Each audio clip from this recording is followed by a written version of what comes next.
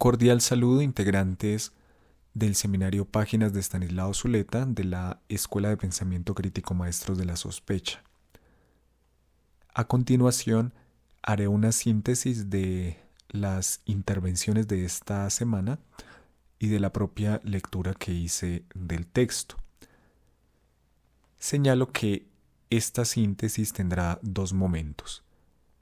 En el primero, presentaré algunas hipótesis, aclarando que los asuntos que voy a referir me parecen supremamente complejos y creo que escapan con mucho a la formación que yo he podido adelantar.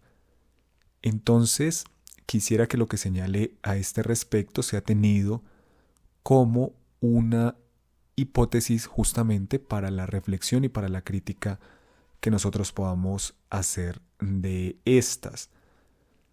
Porque digamos que pese a que lo voy a plantear como una formulación afirmativa, es algo que creo que puede ser susceptible de mucha crítica y que creo que estamos en la necesidad de fundamentar mejor.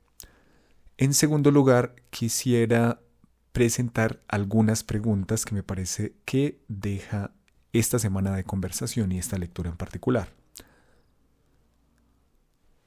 Dicho esto, la hipótesis que quisiera plantear en esta síntesis que intenta dialogar con lo dicho por ustedes y con lo planteado por Estanislao Zuleta en el texto, esta hipótesis señalaría que el ser humano está definitivamente distanciado de la naturaleza. Esta afirmación, por supuesto, no significa que se desconozca la importancia de los procesos biológicos en la constitución de los humanos, en la subsistencia de los seres humanos. Es evidente que los seres humanos están acechados por la enfermedad y por la muerte. Esta afirmación anterior tampoco significa que los seres humanos no estén ligados al mundo material. Se sabe que, de acuerdo a muchas formas, no solo la actual, es imprescindible que los seres humanos encuentren formas de recoger de la naturaleza los elementos que necesita para su subsistencia. Y esta afirmación del distanciamiento definitivo de los seres humanos con respecto a la naturaleza tampoco implica que no se pueda tener una conciencia ecológica. ¿Qué significa entonces esta hipótesis? Aunque suene demasiado simple, esta hipótesis significa que los seres humanos no son ni podrán volver a ser animales. Hay una lógica singular distinta a la que regula a los animales y que es la que constituye a los seres humanos. El ser humano es el ser del lenguaje y este es su rasgo distintivo. Y esto significa que el mundo del que el ser humano dispone es el de la representación, el de la significatividad. No hay en el ser humano una relación de inmediatez como la que pueden tener los animales con el mundo. Hay para el ser humano una representación de la vida y del mundo. El ser humano no puede tener otra relación con el mundo que aquella que su propio lenguaje le posibilita. De ahí la permanente sensación de falta, dado que el lenguaje en general y el encarnado en cada ser humano en particular no ofrece representaciones completas.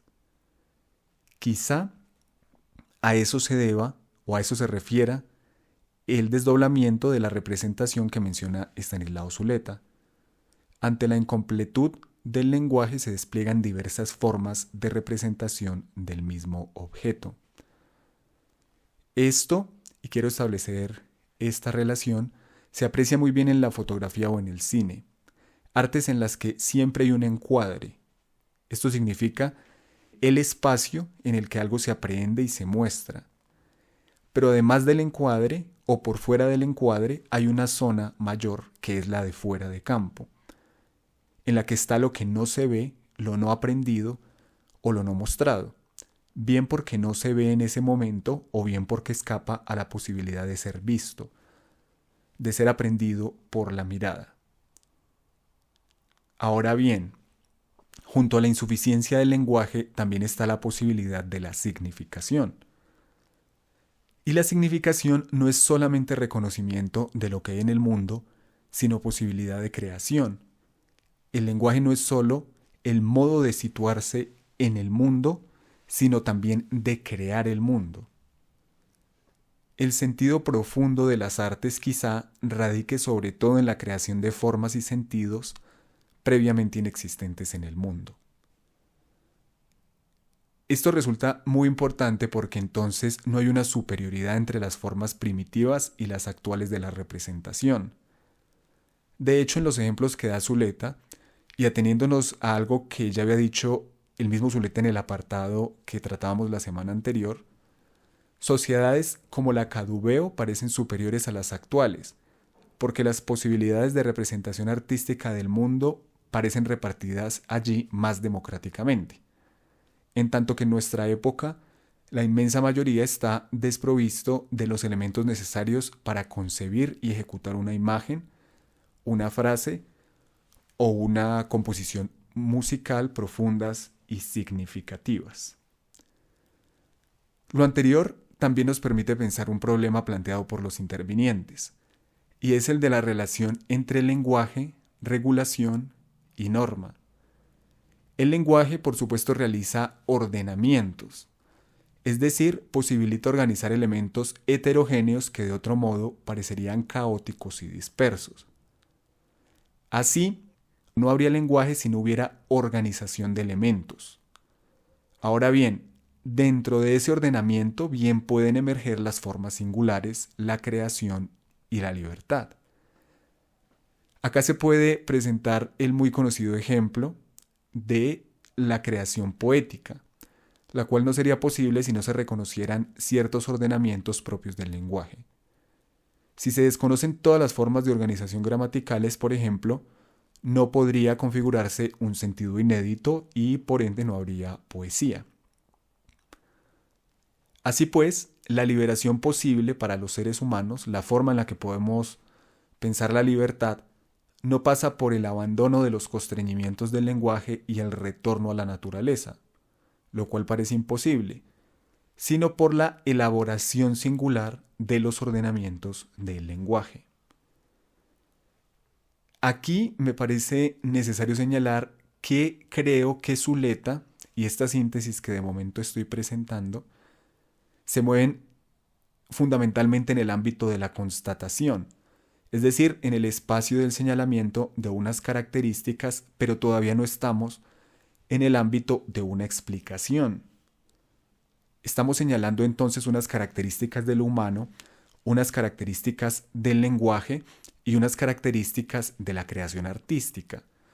Pero aún nos falta preguntarnos y tratar de responder mínimo a las siguientes 3 preguntas con las cuales concluyo esta síntesis. Primer pregunta: ¿cuáles son las condiciones o características que se presentaron en lo humano para que el lenguaje emergiera? ¿Qué hizo y hace posible que el ser humano sea un ser del lenguaje? ¿En qué momento las expresiones del lenguaje se convierten en arte?